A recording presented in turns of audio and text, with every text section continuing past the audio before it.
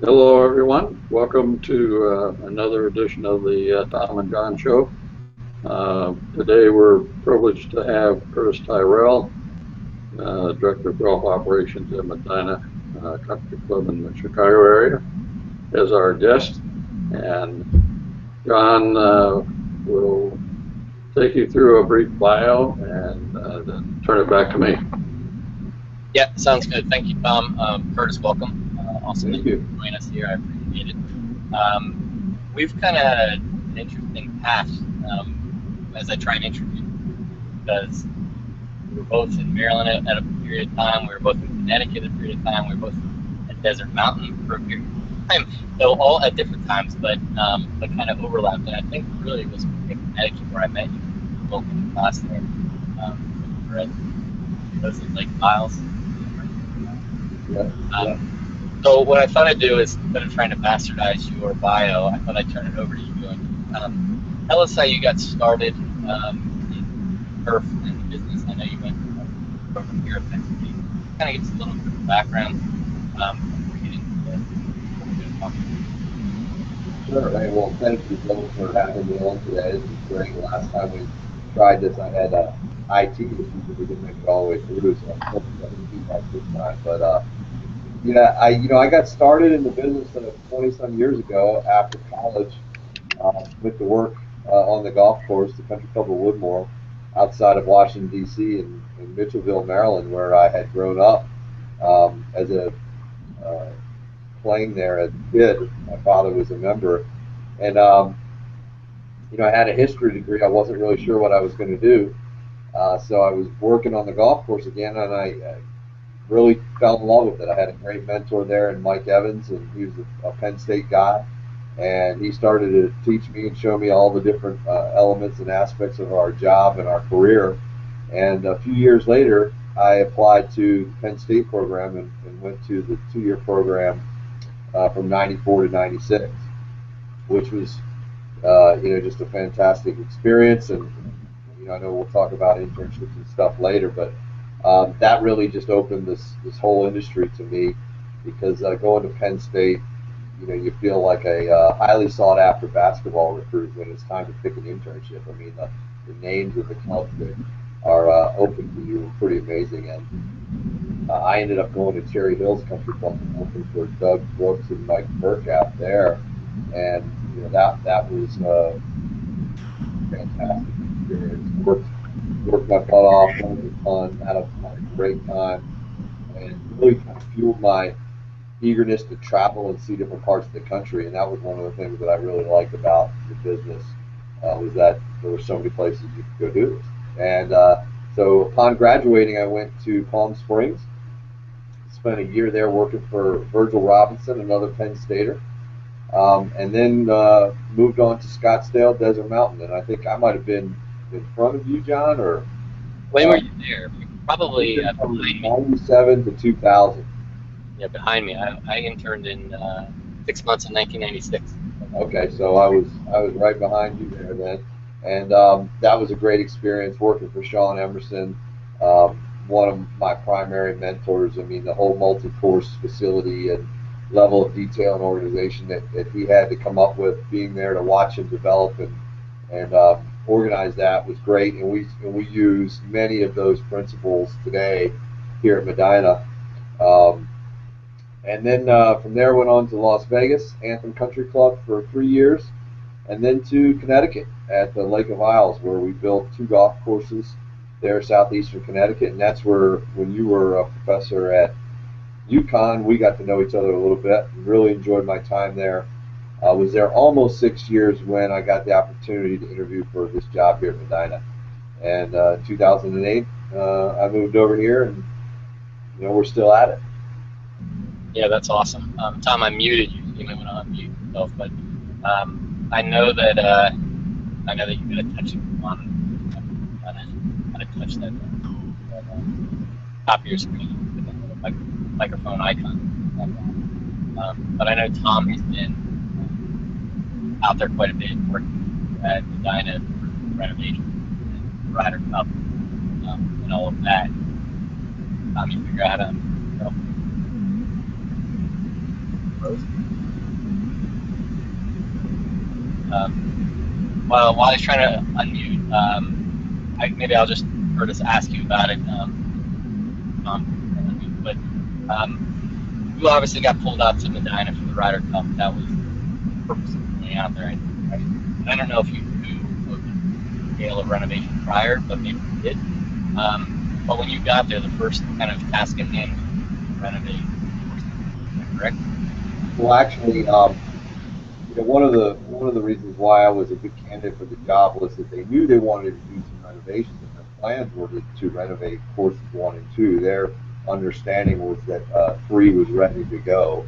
They had done some work to it in 2001 with Reese Jones, and they had addressed some issues, some key issues. But after a 7-8 months on the ground, I realized that what they were expecting in terms of a product day to day, we didn't quite have the infrastructure to provide for them that product on course 3, and it certainly wasn't going to be able to meet any of our expectations for the Ryder Cup. So we regrouped our priorities and moved the course 3 project to the top. And having done a lot of renovation work and construction work, along with the multi-course facility thing, was what made me the right fit for the guys.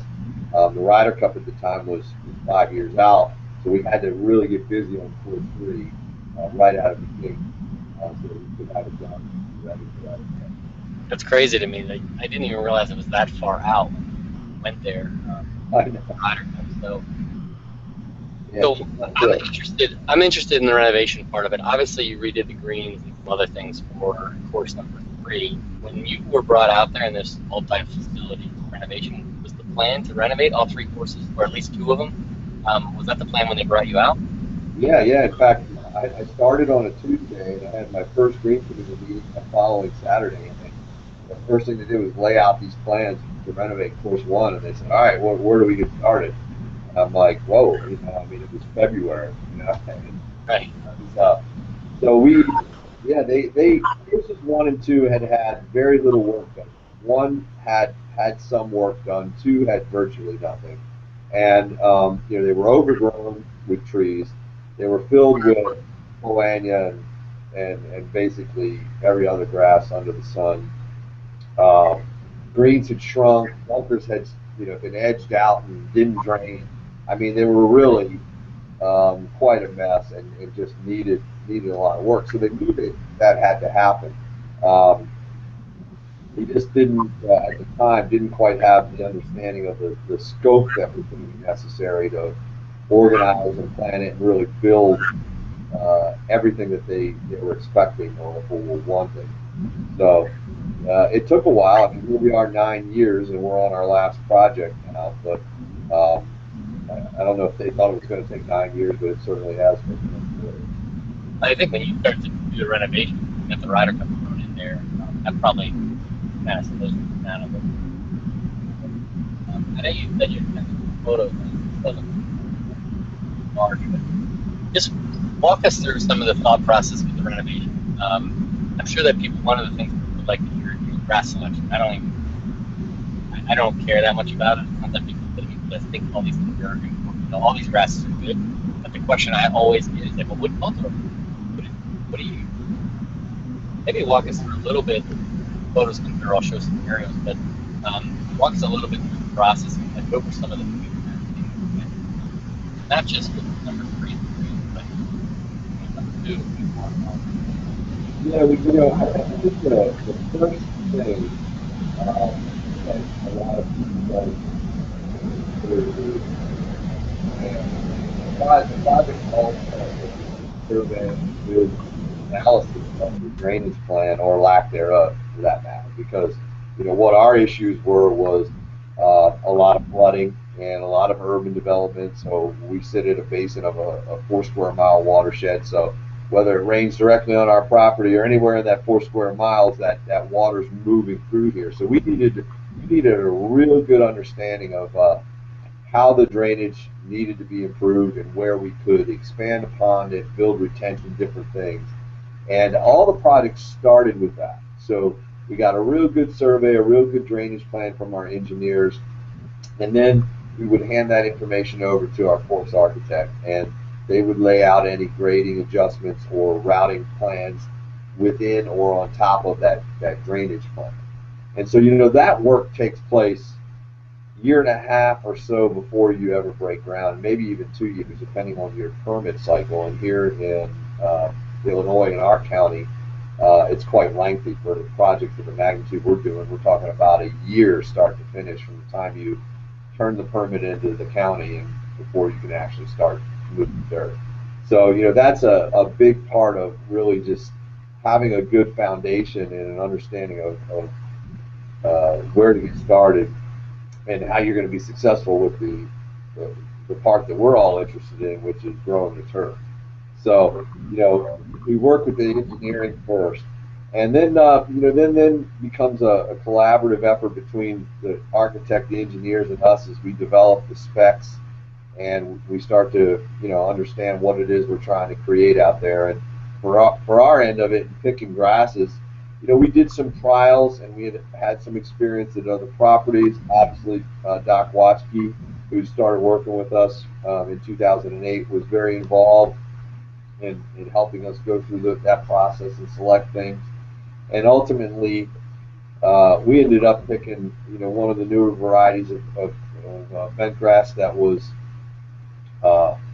we felt was going to meet our needs on multiple levels, both spring, summer, fall,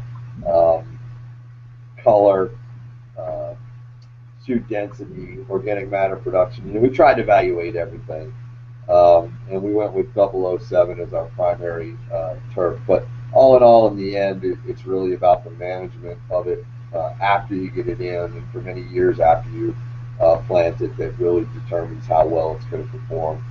It's not like you just pick this grass and put it down and it's all going to be great. I mean, there's many more layers to it, as we all know, and that's just one part of the whole thing. How happy have you been with that selection? You used that not only on number 3, but you used it on the rest of the courses as well, right? Yeah, we put it now on all 3 of the golf courses. So that's one of the things we were aiming for from the beginning, knowing that we had this big project to rebuild the whole place.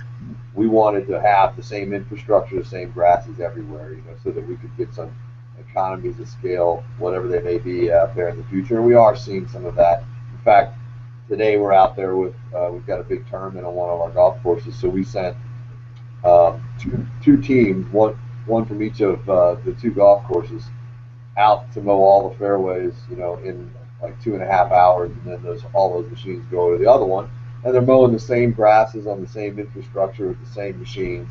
Those are the kind of benefits that we look for or hope for by doing that.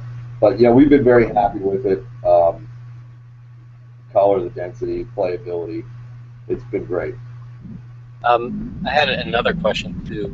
You mentioned the permitting in a year and a half. Obviously, there's 3 courses in the same place. How long, or not how long, how did the permitting early on and working with the permitters, how did that change over the 3 courses? In other words, the first time is probably hard, and the last time maybe they know you and it was smooth. Like, how was that relation? Yes, that's exactly right. It has gotten easier because you build relationships with the agencies that you're working with. Here, our big one is the stormwater group down in our county, and the first time they were just trying to understand, hey, we're moving all this dirt, and you have to provide a certain amount of retention for the amount of dirt you're moving, and so it was trying to get them brought up to speed on some of the vocabulary and some of the technical particulars to what it is that we do. So the second time was a much bigger scope. Course 1 was a more wall-to-wall. I mean, we rebuilt the whole golf course and moved holes around. I mean, it was basically a brand new construction. So that one had more to study for them, more to understand.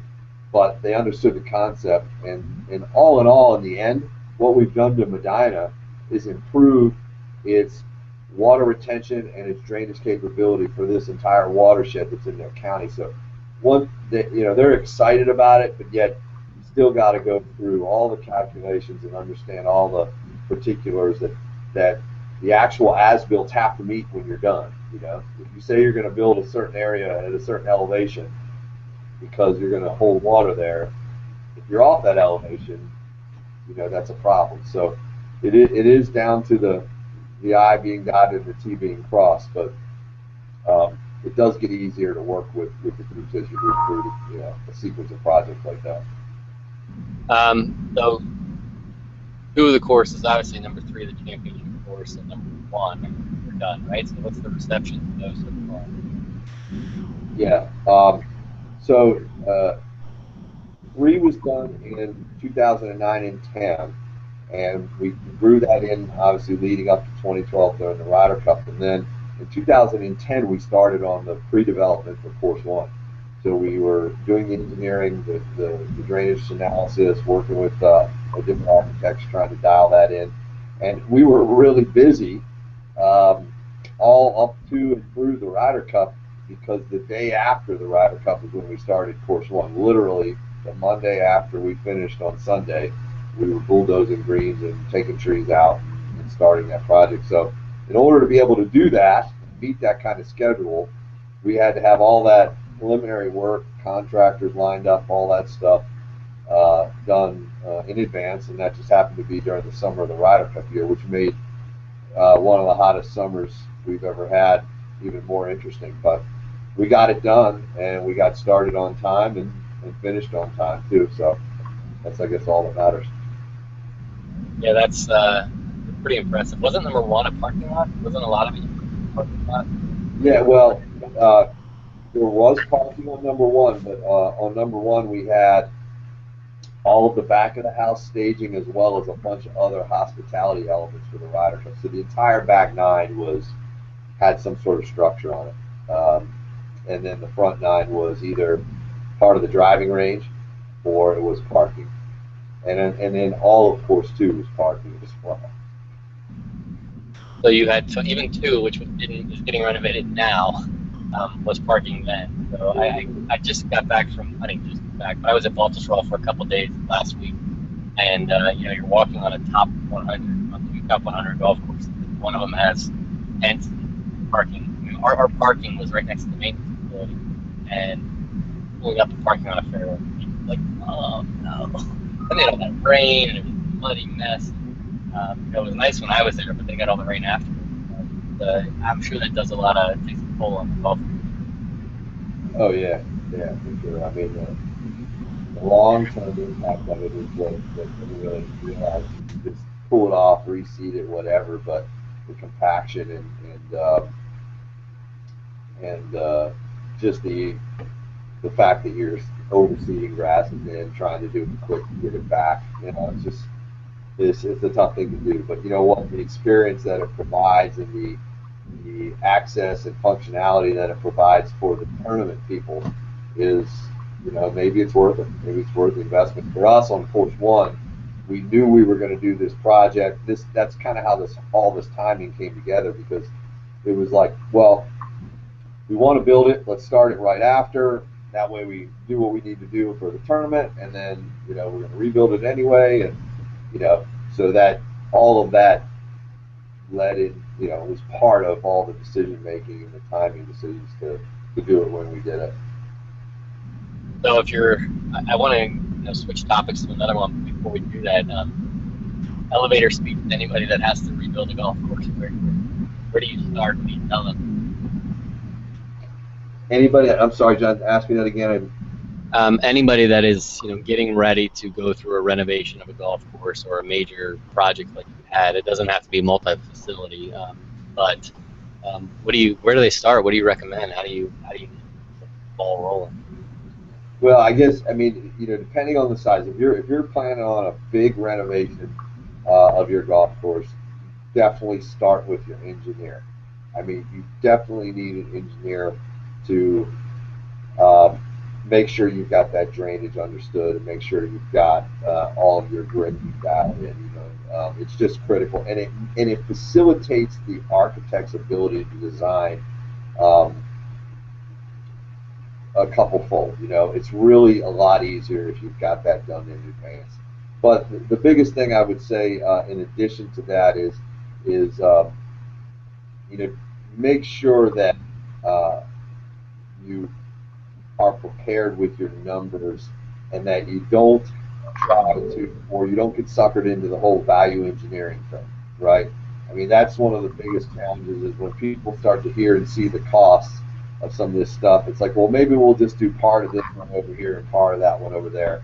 And it's really important that you have the ability to explain and kind of sell the project that, hey, this is like a foundation of the house. You would never go in and build your house and decide to compromise the foundation in a portion of the house.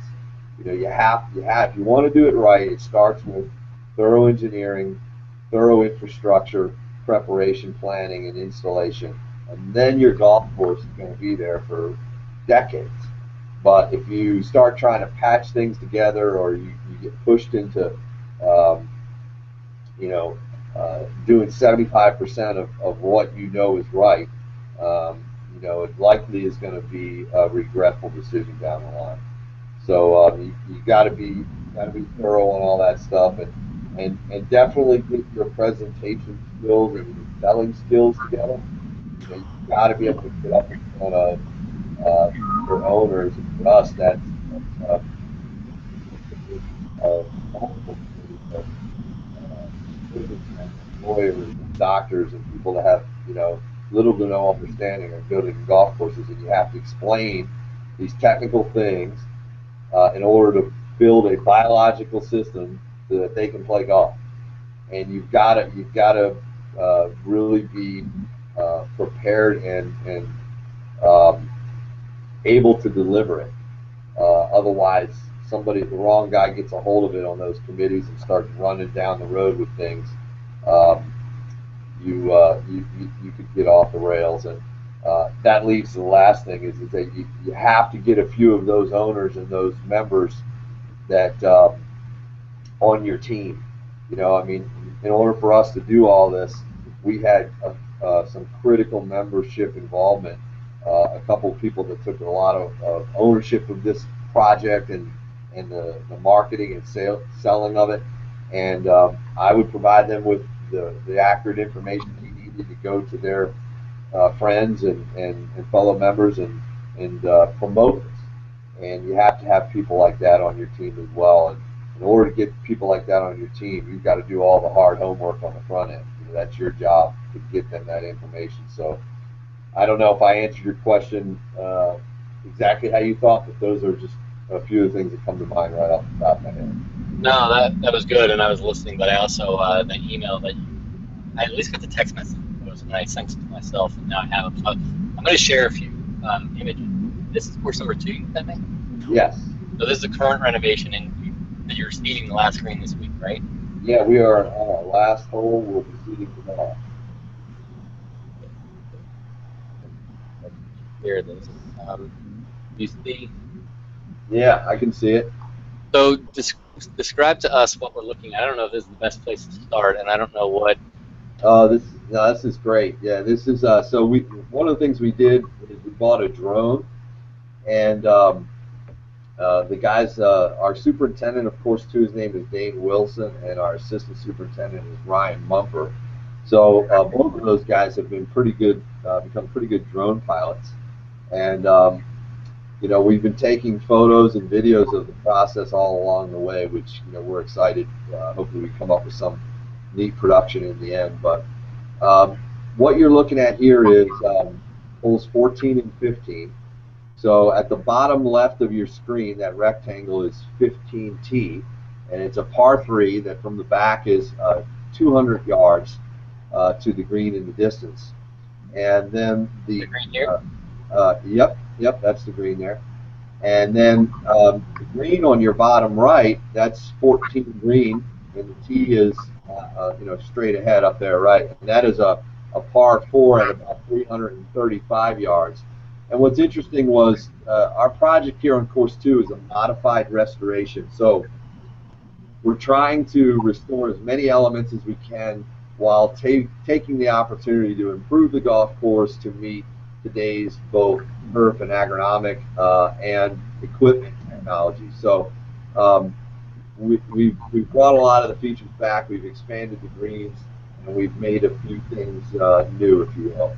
But what's interesting is the old golf course, there was only one height of cut that was the fairways and the rough. Basically, either you were in the fairway or you were in, whatever it was, native, just not rough as we traditionally know it today.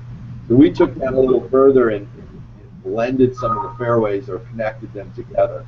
So like on 14 and 15, every area that you see that's dark in color, the native topsoil there, that's all going to be fairway bent grass there. And you've got a bunker that plays as a cross bunker for hole 15 right there, and then it stretches down what is player's right of 14 to catch the errant shot, the push or the slice off of 14 tee to keep it from rolling into 15 there. And what's interesting is that bunker, the way it's designed and shaped, was originally there, but it was on the left side of the 15th hole. We kind of flipped it upside down, moved it to the middle, and built the same kind of look, but had created a different purpose for it. And having these big connecting fairways, we think is unique and kind of old school. And then the reason why you see the straw mat around the border of the hole is that's where the bent grass and the bluegrass interface. So as we see the edges of the fairway in the rough, rather than spending a lot of money to border them with sod, we put a straw mat blanket down on top of them to hold that seed in place, and it does a pretty good job. We did it on course 1 as well, and had to do very, very little sodding to mitigate any seed bruising or whatever. And then we also put the mat on the approaches or any of the slopes to keep any of that seed from eroding. So pretty neat little section there. Let's see if there's other photos to show too. So this is the same. Another view of it there. Yep, that just flips it around. That's 15 green on the bottom right. So one of the interesting things with this matting that you talked about here isn't that that's all one grass species. Like right in the middle of this, right? You split inside is bluegrass, and then on the other half underneath is or bent grass. The other half is bluegrass, right? That's right. Yeah, that's right. And I tell you, one thing I would tell everybody is this straw mat.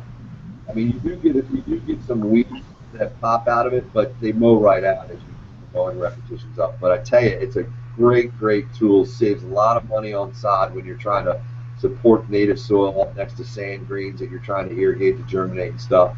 And we've used Futera blanket as well in the past, but when you're seeding in the summer like we're doing, that it's just too hot under that blanket, that Futera blanket, for the seed to move through it. If you're gonna be in the fall or the winter, that Futera blanket works really well. But in the summer, when you need some airflow under that blanket, use the straw. Gotcha. So, yeah, this picture is number 11, par 4, little over 400 yards. And one of the things that's interesting here is if you look to the left of the green, you see the straw mat connecting 11 green and 12 tee. So, there's 4 or 5 locations out there where you'll walk right off the green across the fairway onto the tee, and they'll just connect like that. That's a very old school feature and something that we tried to implement wherever we could.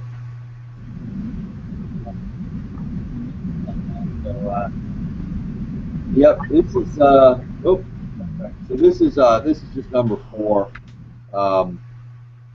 As from the ground, it's not as exciting as it is from the drone, obviously. I take that back. This is actually number 5. But what you can see here is just the level of prep that goes on to the fairways. So we rototilled all of the fairways, all the rough that we're seeding, and we do a lot of rock and debris picking and floating with sand pros and drag mats and stuff. And this hole, as you can see, that soil is pretty much ready to be seeded.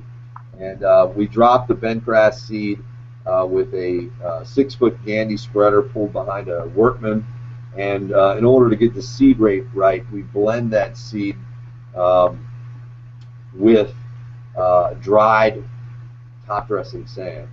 And we use that dried sand as a carrier Otherwise, it's really tough with those Gandy spreaders to get that rate as accurate as you want it. But when you blend it by volume with sand, you can dial it in. Nice. I'm gonna stop screen sharing the photos, but back. So anyway, you obviously have a lot on your plate, a lot of cool projects. But what I wanted to kind of switch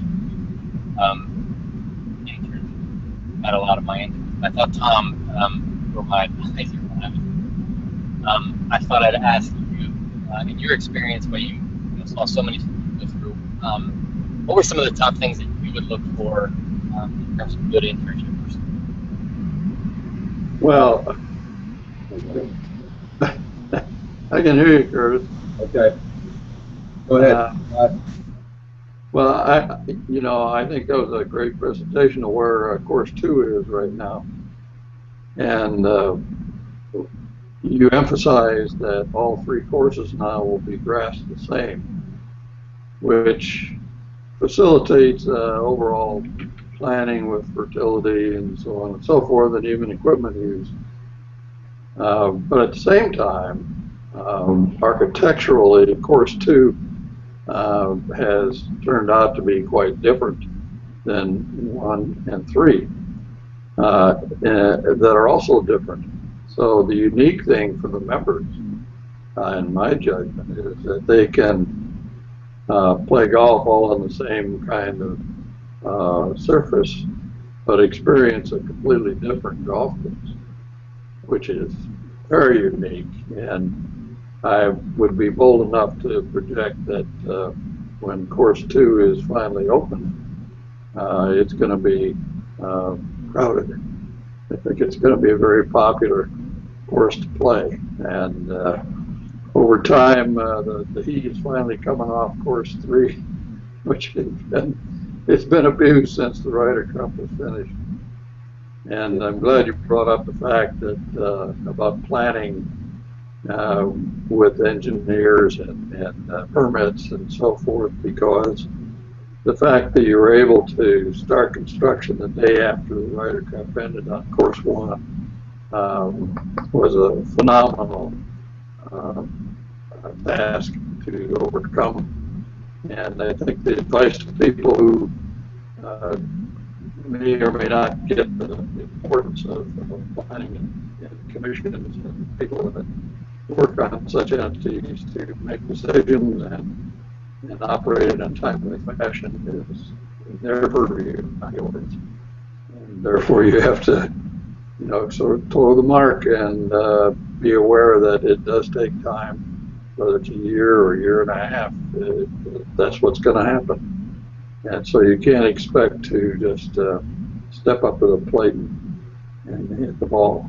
It's long and frustrating and aggravating to some extent, but in the final analysis, once you get all that permitting and they come back and they look at the engineering and say, wow, you guys met the spec, everything looks great. Well, now you have an ally. They don't intend to be adversarial in the first place, but everybody that serves on those boards and those boards answer to are, the general public, and they have their own concerns. And when it works out because you do your job right, the project's much better. Yeah.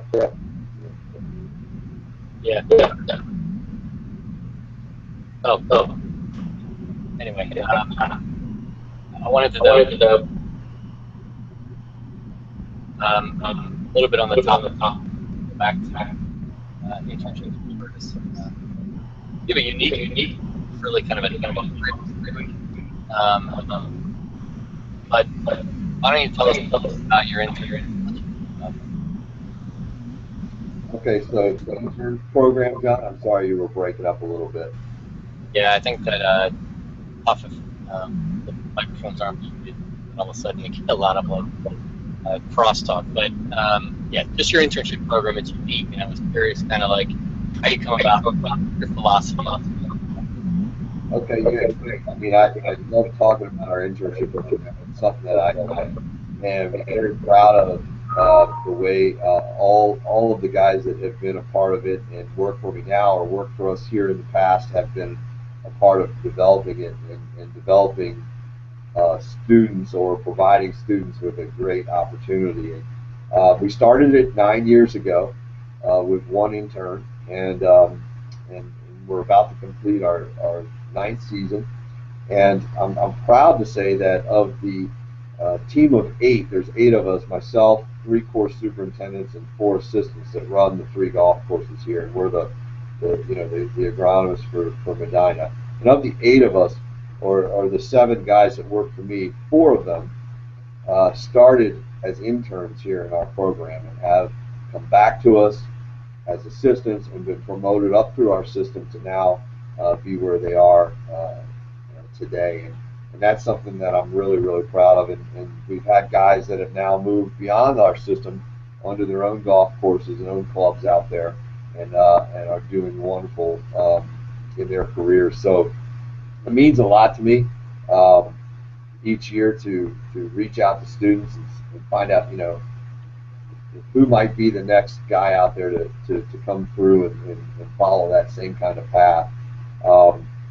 And our philosophy is that we definitely need guys that have a little bit of experience, because when you come to us, you're not really coming to mow greens or fly mow bunkers or even just hand water necessarily. You're gonna do all of those things, but you're also going to be thrown right into that circle of management team that I described, and be privy to um, the planning, the adjustments, the forecasting that we all go through in creating our product each day. So you're going to get a high level insight into all of the back room, war room planning and understanding of our operation. And then as you emerge from that, we're going to put you right into the game, and we're going to throw you the ball. So you're going to be managing people. You're going to be applying fertilizer and chemicals. You'll be mixing it, calibrating it, all those things. You'll be doing special projects, whatever they may be. You'll be actively engaged in tournament prep. We have a ton of tournaments here all the time for our members and so forth. So we treat each one of them as seriously as any other event. And you just get a real firsthand knowledge of what it would be like to be on our management team as part of our internship program. So it's been successful. We've had a lot of guys want to come back, and that to me is how we measure the success of it. Is that after you've been here for 3 or 6 months and we send you back to school crawling from exhaustion, you're asking to come back. I figured that you enjoyed it and you see some potential there for your future. So I look forward to it every year, and this year was no different. It was very, very rewarding for me and for the rest of the guys on our team and our interns too, I think. We'll see when it's all over, but I feel pretty good about it. Yeah, I've had this discussion with a lot of people about interns and those that it's a hot topic. You're one of the people that has successful building. Not that you want to give anybody tips on how you go about getting interns, but what do you think some of the are year after year?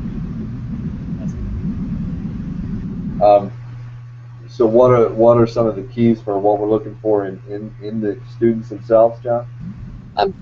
Maybe not, I mean, everybody's looking for good students, but I'm thinking more along the lines of what do you do to recruit? Like, how do you, if you had advice for another superintendent, what would that advice be? Okay, so the first thing we do is we do two things kind of at the same time. As our students go back to their respective schools, believe me, I'm telling them, hey, as soon as you get back there, I want to know who's available, you're going to talk us up. What can I do? Can can I come over and talk to your group, or do you need some sort of information from me? And I stay in contact with them pretty regularly when they first get back to school to see how things are going, because we all know, or maybe we don't, but you do, these guys are getting on their internship planning as soon as they start their semester in the fall. So you really, if you're wait till October, you've missed a lot of opportunity if you're, from our perspective. And then I also reach out to all of the uh, program directors like yourself around the country, and I send them a note, a letter, just telling them what we're up to, why I think the internship opportunity is exciting. What I list the projects we've got going on, or the tournament, or whatever we can emphasize for the student, and try to sell ourselves to the program directors, and offer them again anything that they need from us to get our name in front of the students. And then I'll make a few calls too, put a little pressure on you guys. Just let you know we're here, and we're really looking, for however many guys we're looking for, and what you might need from us. But those are the things that I do pretty much from Labor Day, the month of September. I'm engaging in that kind of recruiting, and then sometimes I even go as far as coming to the talk to the turf clubs. Always like to do that, not just for recruiting, but it's always a rewarding experience to go talk to students. You learn a ton with what you get back from questions or things that they're interested in.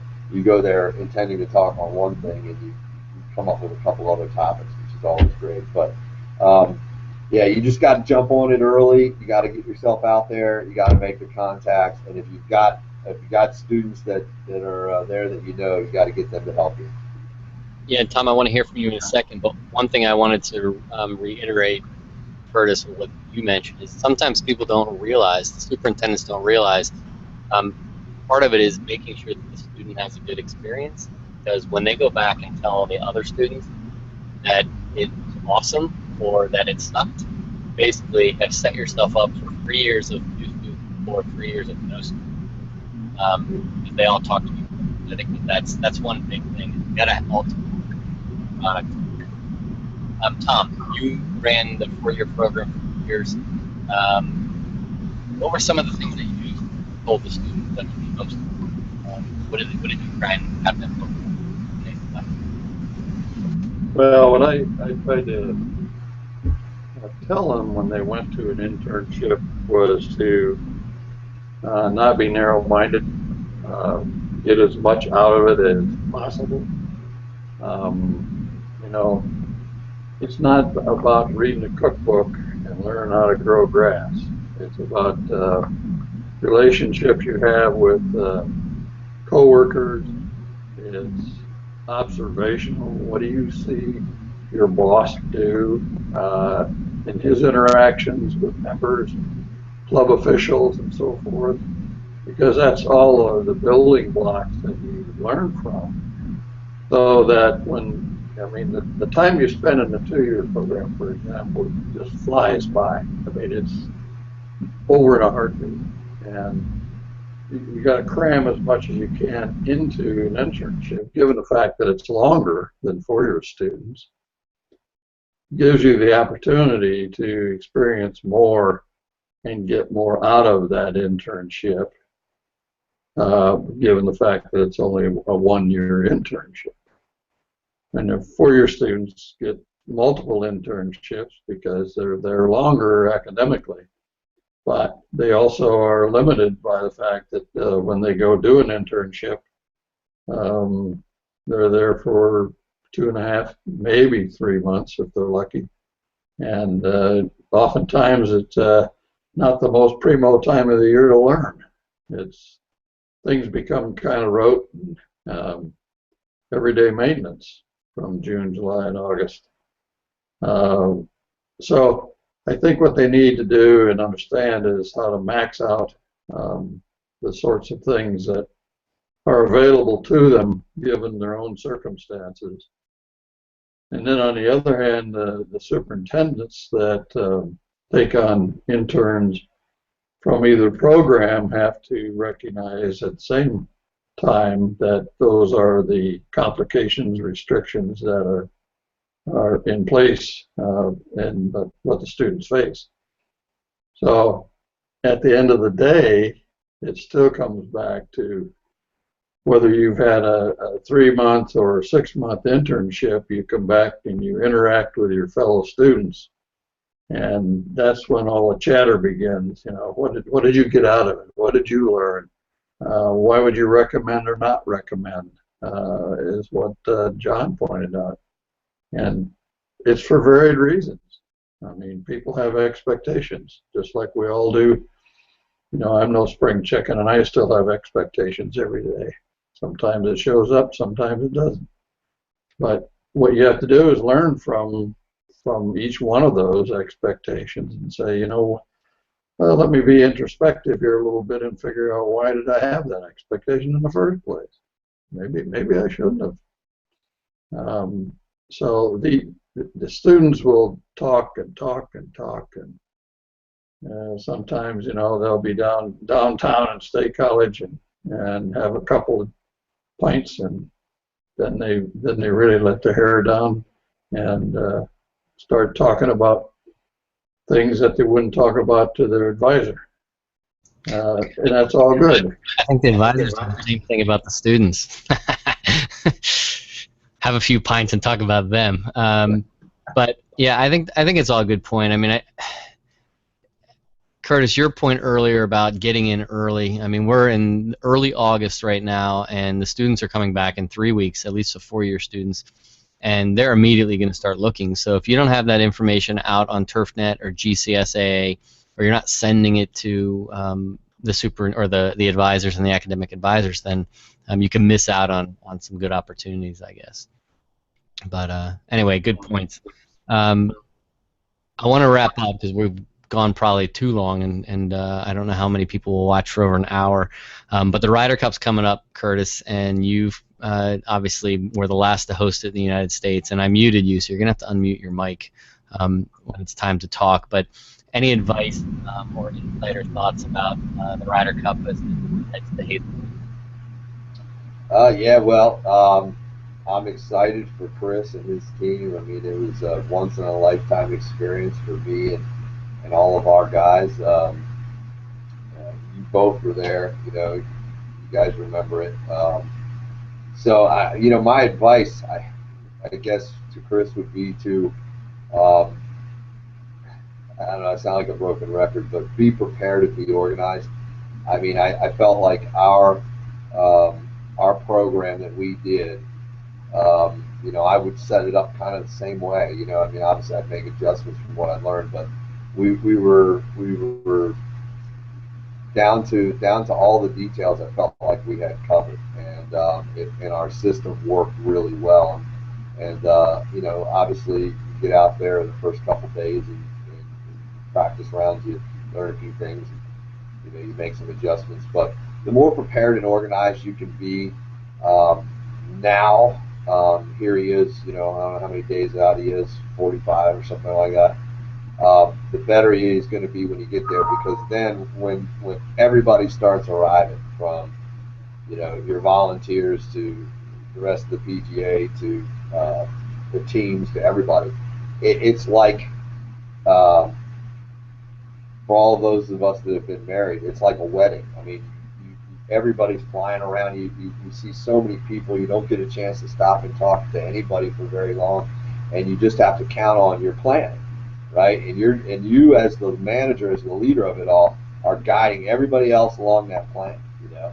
And if you come off that plan, or things go awry, or you have some sort of weather issue, you know, if you're not on that plan, and you have, you know, 80 to 90% of things where you want them, then it can kind of go sideways on you in some other areas, and you miss some stuff. And ultimately, you might miss some stuff, and we all do. But that would be my best advice. And then to follow that up, I would say, you know, take it slow, man, and breathe deep and enjoy it. It goes so fast. I mean, here we are 4 years down the road. Feels like it was yesterday. It was one of the greatest times of my life, not just that week, but the whole process and the people that we worked with up and through it. And people give you this advice about everything like that, but it's true. Just really try to enjoy it, smell the roses a little bit, and 'cause it will be gone one day, and it won't be coming back. So enjoy it while you got it.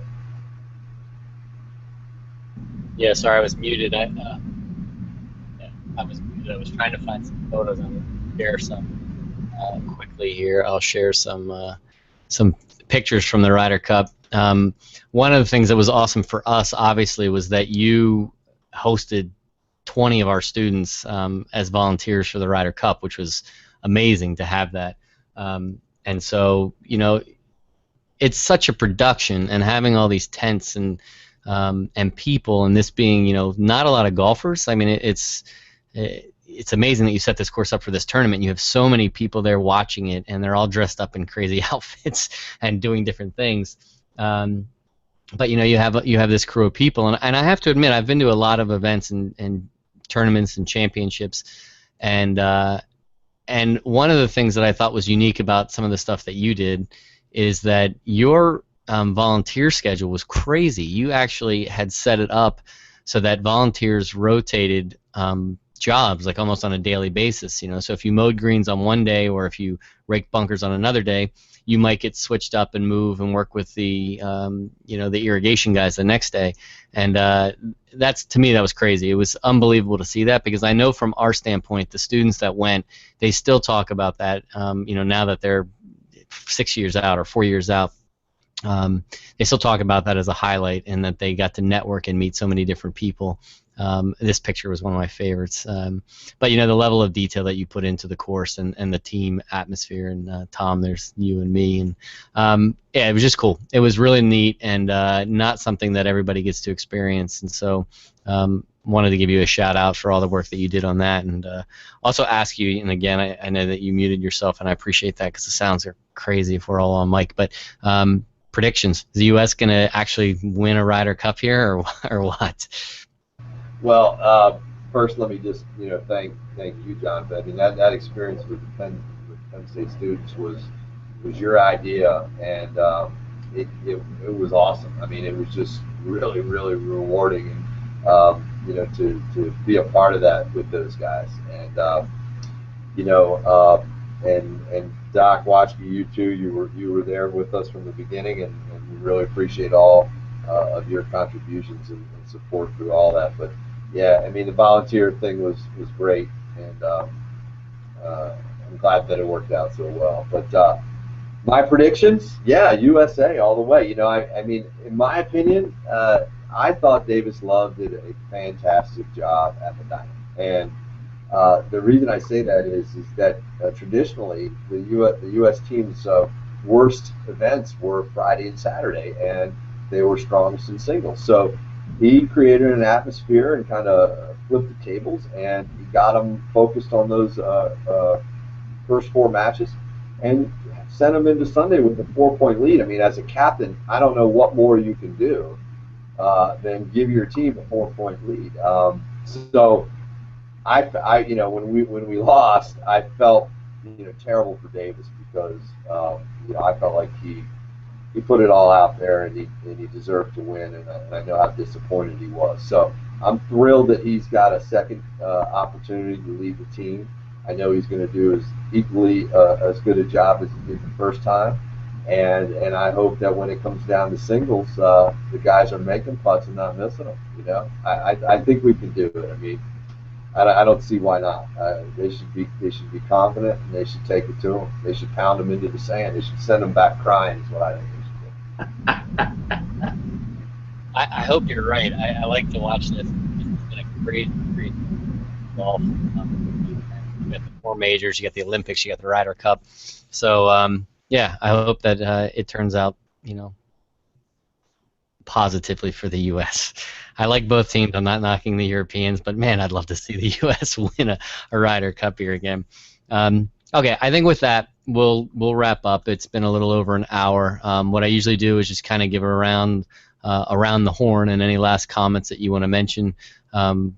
Curtis, obviously, you maybe mention how people can get in touch with you or where you post your internships, because I know it's going to be coming up here shortly. And then if anybody else has anything to say, then we'll get that opportunity, and then we'll stop. So, Curtis, I'll start with you. Okay, yeah. Hey, thanks again. This was great. I really enjoyed it. You guys do a great job, and it's always great to hang out and talk with you guys about all kinds of stuff. So appreciate it. I can be reached at C Tyrrell. That's 2 R's and 2 L's in my last name at medinacc.org. You brought up a good point. I've never posted an internship on TurfNet or GCSAA, but I will do that. That makes sense. I'm going to get those up there here in the near future. And then most of you will see a posting at your universities, colleges. And if you don't and you see this, please reach out to me. We've had students from all over the country, and look forward to getting students from anywhere, anybody that's interested in coming to join our team for a season. So that's it for me. Thank you, guys. Thanks again, Curtis. It's always a pleasure to have the chance to talk with you. I will see you at the end of the month. And as always, look forward to that. And like to personally thank you for having me involved in the Ryder Cup. You talk about what a great experience it was for you, and that goes the same for me. So, see you at the end of the month. All right. Thanks. Okay. We will wrap up with that. I will mention I wrote I've been writing a lot of internship and job articles, I guess, lately, because it's been kind of crazy. My next issue in Golf Course Industry Magazine, my next editorial, is maybe next month, and it's about the top 10 things that I think internships should be. And it kind of is both for the students and maybe also for the golf course that's looking to hire students. So keep an eye out for that. Our next episode, and I usually have this pulled up, but I don't right now, so I'm going to do that. But I think our next episode is soon, and it is either Gordon Kaufman or maybe somebody else. I'm going to be a slacker here and look it up while I'm on the computer. But all right, our next one is actually neither of those. It's Scott McElroy, and it will be on Monday. So Scott McElroy is going to be from Auburn University. He's going to be talking about POA management and that kind of stuff, and resistance. He's a lot of herbicide resistance down there. So he'll be on Monday, August 8th. And then, obviously, Curtis, I just want to thank you again for joining us today, and sorry for the technical difficulties and getting started late. I was stuck in meetings and couldn't get out, and then we had technical difficulties, as always. But, yeah, I thought it was great, and there's a lot of good information. So appreciate it, and we'll talk to you. All right. Thank you, guys. Thanks again. Thank you. Hey, I don't know. Thanks.